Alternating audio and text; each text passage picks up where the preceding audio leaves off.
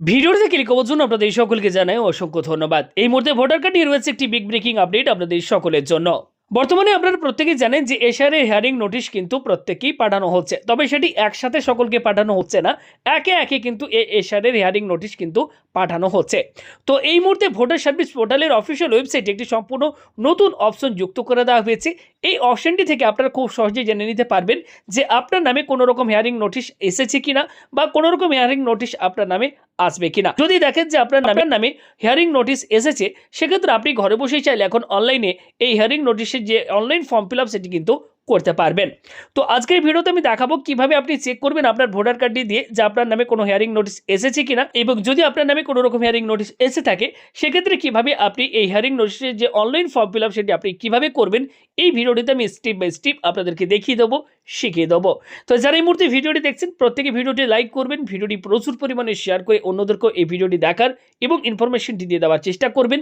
আর পরবর্তী সময়ে আমাদের চ্যানেলের মারফত কোনো রকম আপডেট পেতে সবার প্রথম চ্যানেলটিকে সাবস্ক্রাইব করুন, পাশে থাকা বেল আইকনের উপর ক্লিক করে অল অপশনটিকে অন করে রাখুন। তো দেখুন, এর জন্য আপনারা কি করবেন, প্রত্যেকেই গুগলে গিয়ে জাস্ট আপনারা সার্চ করবেন, এক্ষেত্রে ভোটার কার্ড লিখে আপনারা প্রত্যেকেই সার্চ করবেন। ওকে, এখানে গুগলে গিয়ে জাস্ট সার্চ করবেন ভোটার কার্ড লিখে। সবার প্রথম আপনারা এখানে পেয়ে যাবেন voters.eci.gov.in, এখানে একবার ক্লিক করবেন।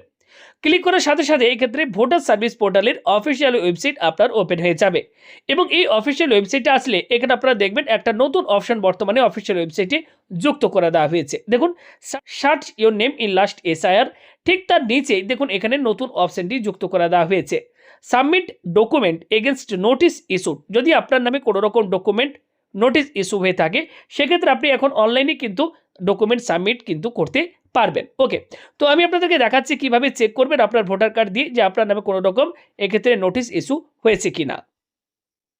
সবার প্রথম অফিসিয়াল ওয়েবসাইটে আসবেন, আসার পর এখানে আপনারা কি করবেন, এই লগ ইন বটন দেখতে পাচ্ছেন, এখানে লগ ইন বটনে ক্লিক করে লগ ইন করে নেবেন।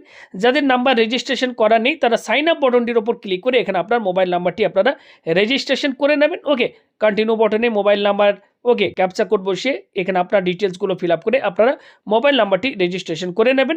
এরপর আপনারা লগ ইন বটনটির ওপর পুনরায় ক্লিক করবেন। এবার যে মোবাইল নাম্বারটি দিয়ে আপনি রেজিস্ট্রেশন করলেন সেই মোবাইল নাম্বারটি এখানে আপনারা জাস্ট একবার ফিল করবেন, নিচে ক্যাপচা কোডটি দেখে দেখে আপনারা ফিল করবেন। এরপর আপনারা রিকোয়েস্ট ওটিপির ওপর ক্লিক করবেন, আপনার রেজিস্টার্ড মোবাইল নাম্বারে একটি ওটিপি সেন্ড করা হবে। ওটিপি সাবমিট করার পর জাস্ট আপনারা লগ ইন করবেন, সঙ্গে সঙ্গে আপনার কাছে ড্যাশবোর্ড ওপেন হবে। এবার প্রত্যেকে একটু স্ক্রল করে নিচের দিকে যাবেন, এখানে দেখুন এই যে নতুন অপশনটি রয়েছে, এই অপশনটির মাধ্যমে আমরা চেক করে দেখে নেব যে আমাদের ভোটার কার্ডে এগেনস্টে কোনো রকম নোটিশ ইস্যু হয়েছে কিনা। ওকে, দেখুন এক্ষেত্রে submit document against notice issued লেখা রয়েছে, জাস্ট এখানে আমরা ক্লিক করব। পরবর্তী পেজ আমাদের কাছে ওপেন হয়ে যাবে। তো দেখুন এই মুহূর্তে এখানে বলা হচ্ছে এবার এন্টার এপিক নাম্বার। তো আপনারা এই মুহূর্তে আমাদের রাজ্যের কোথা থেকে ভিডিওটি দেখছেন অবশ্যই কমেন্ট করে জানাবেন, এবং যদি কোনো রকম প্রশ্ন থাকে আপনাদের সেটা কমেন্ট করে জানাতে পারেন। এবার এখানে আপনারা কি করবেন, এন্টার এপিক নাম্বার, এখানে আপনি আপনার ভোটার কার্ডের নাম্বারটি বসিয়ে দেবেন। এরপর সেন্ড ওটিপির ওপর ক্লিক করবেন। দেখুন এক্ষেত্রে আমাদের ভোটার কার্ডের সাথে যে মোবাইল নাম্বারটি লিঙ্ক রয়েছে সেই নাম্বারে একটা ওটিপি কিন্তু এই মুহূর্তে আমাদের সেন্ড করা হয়েছে। ওকে, যদি আপনার ভোটার কার্ডের সাথে মোবাইল নাম্বার লিঙ্ক না থাকে তাহলে এই ভিডিওটির নিচে আমি আরও একটা ভিডিও লিঙ্ক দিয়ে দিচ্ছি, সেই লিঙ্কে ক্লিক করে ভিডিওটি দেখে নিন। আপনারা খুব সহজেই ঘরে বসে মাত্র কয়েক মিনিটের ভেতর আপনার ভোটার কার্ডের সাথে মোবাইল নাম্বারটি ইনস্ট্যান্ট অর্থাৎ সঙ্গে সঙ্গে আপনারা কিন্তু লিঙ্ক করে নিতে পারবেন। মোবাইল নাম্বার যদি ভোটার কার্ডের সাথে লিঙ্ক না থাকে তাহলে কিন্তু আপনি এক্ষেত্রে স্ট্যাটাস চেক করে দেখতে পারবেন আপনার নামে কোনো রকম এসআর হিয়ারিং নোটিশ এসেছে কিনা। যখনই সার্চ করছি সঙ্গে সঙ্গে দেখুন এখানে বলা হচ্ছে no notice has been generated as on day, অর্থাৎ বলা হচ্ছে এই ব্যক্তির বর্তমানে কোনো রকম হিয়ারিং নোটিশ কিন্তু এখনো পর্যন্ত আসেনি, তবে কয়েকদিন পর আবারও আপনাকে স্ট্যাটাস চেক করে দেখতে বলা হচ্ছে। এক্ষেত্রে আমি আরও একজন ব্যক্তির ভোটার কার্ডের নাম্বার দিয়ে আপনাদেরকে দেখাই, এই ব্যক্তির কিন্তু হিয়ারিং নোটিশ কিন্তু এই ব্যক্তির নামে এসেছে। ওকে, এখানে আমি ভোটার কার্ডের নাম্বারটি সে ব্যক্তির ফিল করছি। এবার আমি সেন্ড ওটিপির ওপর ক্লিক করছি। দেখুন এক্ষেত্রে ভোটার কার্ডের সাথে যে মোবাইল নাম্বারটি লিঙ্ক রয়েছে সেই নাম্বারে ওটিপি চলে গেছে। দেখুন আমাদের ওটিপিও চলে এসেছে, ওটিপি আমি বসিয়ে দিয়েছি। এবার সার্চ বটনটির ওপর ক্লিক করে এগিয়ে যাচ্ছি। দেখুন আগের ভোটার কার্ডটি দিয়ে যখনই সার্চ করলাম সেখানে লেখা ছিল যে আজকের ডেটে এই ব্যক্তির কোনো রকম এসআরের হিয়ারিং নোটিশ ইস্যু হয়নি, এবং এই ব্যক্তি যখনই ভোটার কার্ডটি দিয়ে আমি সার্চ করলাম সঙ্গে সঙ্গে দেখুন এখানে এই ব্যক্তির নামে কিন্তু হিয়ারিং নোটিশ ইস্যু হয়েছে, তার ডিটেলস আমাদের কাছে কিন্তু সঙ্গে সঙ্গে চলে আসলো। এইভাবে আপনি খুব সহজে এখন ঘরে বসে কয়েক মিনিটের ভেতর জেনে নিতে পারবেন যে আপনার নামে কোনো রকম এসআরের হিয়ারিং নোটিশ ইস্যু হয়েছে কিনা। যদি হয়ে থাকে তাহলে এসআরের হিয়ারিং নোটিশ ঠিক এইভাবে আপনার কাছে ওপেন হবে, এবং যদি এসআরের হিয়ারিং নোটিশ আপনার নামে ইস্যু না হয়ে থাকে সেক্ষেত্রে লেখা থাকবে যে আজকের ডেটে এখনও পর্যন্ত আপনার নামে কোনো হিয়ারিং নোটিশ ইস্যু হয়নি। তো যাদের ক্ষেত্রে এবার হিয়ারিং নোটিশ ইস্যু হয়ে থাকবে, চাইলে আপনারা এখন ঘরে বসে এই এসআর হিয়ারিং নোটিশের যে ডকুমেন্ট আপলোড সেটি ডকুমেন্ট আপলোড বা এই যে ফর্ম ফিল আপ সেটি আপনারা ঘরে বসে কিন্তু এখন করতে পারবেন। তো দেখুন এক্ষেত্রে এই ব্যক্তির ডিটেলস আমাদের কাছে শো হচ্ছে, পাশাপাশি এখানে হিয়ারিং যে ডেট সেটিও দেখুন দিয়ে দেওয়া হয়েছে 17/1/2026 এসআর হিয়ারিং ডেটও দেখাচ্ছে। এক্ষেত্রে নিচের দিকে যদি যায় এই ব্যক্তির এই হিয়ারিং নোটিশ কেন ইস্যু করা হয়েছে সেটিও দেখুন এখানে ডিটেলসে দিয়ে দেওয়া হয়েছে। আমি আপনাদেরকে একটু পড়ে শোনাচ্ছি। বলা হচ্ছে যে due to the mismatch between the name of your father as given in the current electoral roll and as given in the electoral roll prepare during the previous SR as per the linkage shown in your enumeration form. অর্থাৎ এক্ষেত্রে বলা হচ্ছে এই যে ব্যক্তির নামটি রয়েছে এই ব্যক্তির বাবার নাম 2002 সালের ভোটার লিস্টে যে নামের বানান ছিল এবং বর্তমান যে এসআরের পূর্বে যে ইলেকট্রাল রোল বা ভোটার লিস্ট সেই লিস্টে যে নাম ছিল সেক্ষেত্রে সেই নামের বানানের মিসম্যাচের জন্য এই ব্যক্তির কিন্তু এই হিয়ারিং নোটিশ কিন্তু ইস্যু করা হয়েছে। নিচের দিকে যদি যান এখানে দেখুন বলা হচ্ছে upload supporting document against reference number. এখানে দেখুন একটি রেফারেন্স নাম্বারও দিয়ে দেওয়া হয়েছে। এখানে নোটিশ দেখুন রেফারেন্স নাম্বার দেওয়া রয়েছে। এবার যদি আপনি চান এই যে নোটিশটি এসেছে এটি আপনি অনলাইনে এই ডকুমেন্ট আপনি এখানে আপলোড করে নোটিশটি আপনি অনলাইনে এই নোটিশের ফর্মটি ফিল আপ করে সাবমিট করবেন। তো সেক্ষেত্রে আপনাদেরকে কিন্তু এখানে ডকুমেন্ট আপলোড করতে হবে। যেমন প্রথমেই দেখুন এখানে একটি ডকুমেন্ট বলা হচ্ছে, আমি আপনাদেরকে দেখাচ্ছি। এখানে দেখুন বলা হচ্ছে proof of relationship with parents, প্যারেন্টসের সাথে রিলেশনশিপ প্রুফ হিসেবে একটি ডকুমেন্ট আপনাকে আপলোড করতে হবে।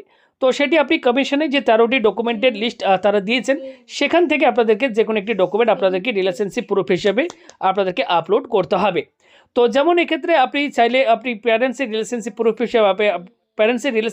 হিসেবে আপনি ভোটার কার্ড, আপনি জন্ম সার্টিফিকেট দিতে পারেন, আপনার ক্লাস 10-এর আপনি মার্কশিট বা সার্টিফিকেটের আপনি স্ক্যান কপি আপলোড করতে পারেন। এইভাবে দেখে নেবেন যে 13টি ডকুমেন্টের মধ্যে আপনার কাছে যে রিলেশনশিপ প্রুফের ডকুমেন্ট আপনার কাছে রয়েছে সেটি আপনারা এখানে পিডিএফ বা জেপিজি বা পিএনজি ফরম্যাটে 2 MBর মধ্যে আপনারা ডকুমেন্টটি এখানে স্ক্যান করে আপলোড করে দেবেন।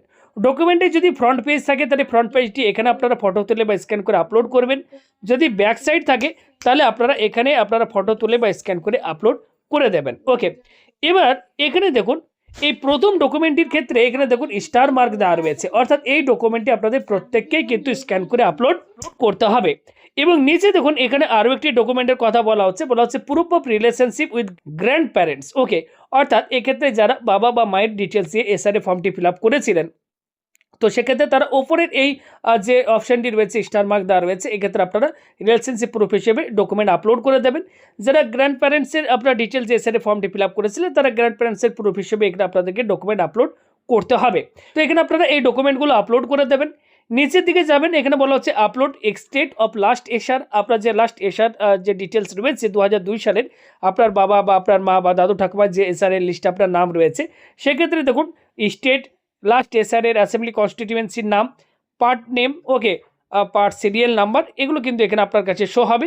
এবার আপনারা কী করবেন, লাস্ট এসআরের যে লিস্ট রয়েছে সেই লিস্টের যে লিস্টে আপনার বাবা মা বা দাদু ঠাকুমার নামটি রয়েছে, ওকে, এবং এসআরের ফর্মটি আপনি ফিল আপ করার সময় যার ডিটেলস দিয়ে আপনি এসআরের ফর্মটি ফিল আপ করেছিলেন তো সেই ব্যক্তির নাম 2002 সালের যে লিস্টে রয়েছে সেই লিস্টের প্রথম পেজটি আপনারা স্ক্যান করে এখানে আপলোড করে দেবেন।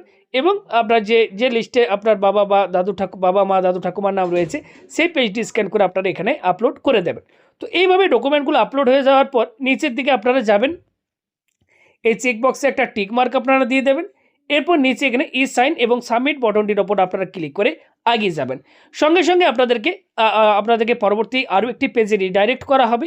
সেখানে আপনি আপনার ভোটার আধার নাম্বারটি এন্টার করবেন। এরপর আপনারা সেন্ড ওটিপির ওপর ক্লিক করবেন। আপনার আধার লিঙ্কড মোবাইল নাম্বারে একটি ওটিপি সেন্ড করা হবে। ওটিপিটি বসিয়ে আপনারা যা সাবমিট করবেন তাহলে ই সাইন কমপ্লিট হয়ে গেলে আপনার অ্যাপ্লিকেশনটি সাকসেসফুলভাবে সাবমিট হয়ে যাবে।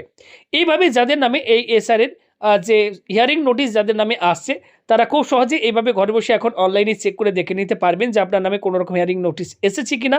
যদি এসে থাকে তাহলে সেক্ষেত্রে আপনি চাইলে অনলাইনেও কিন্তু এসআরের যে হিয়ারিং নোটিশ সেটি কিন্তু অনলাইনেও আপনারা কিন্তু এই ডকুমেন্ট আপলোড করে ফর্মটি সাবমিট করতে পারবেন।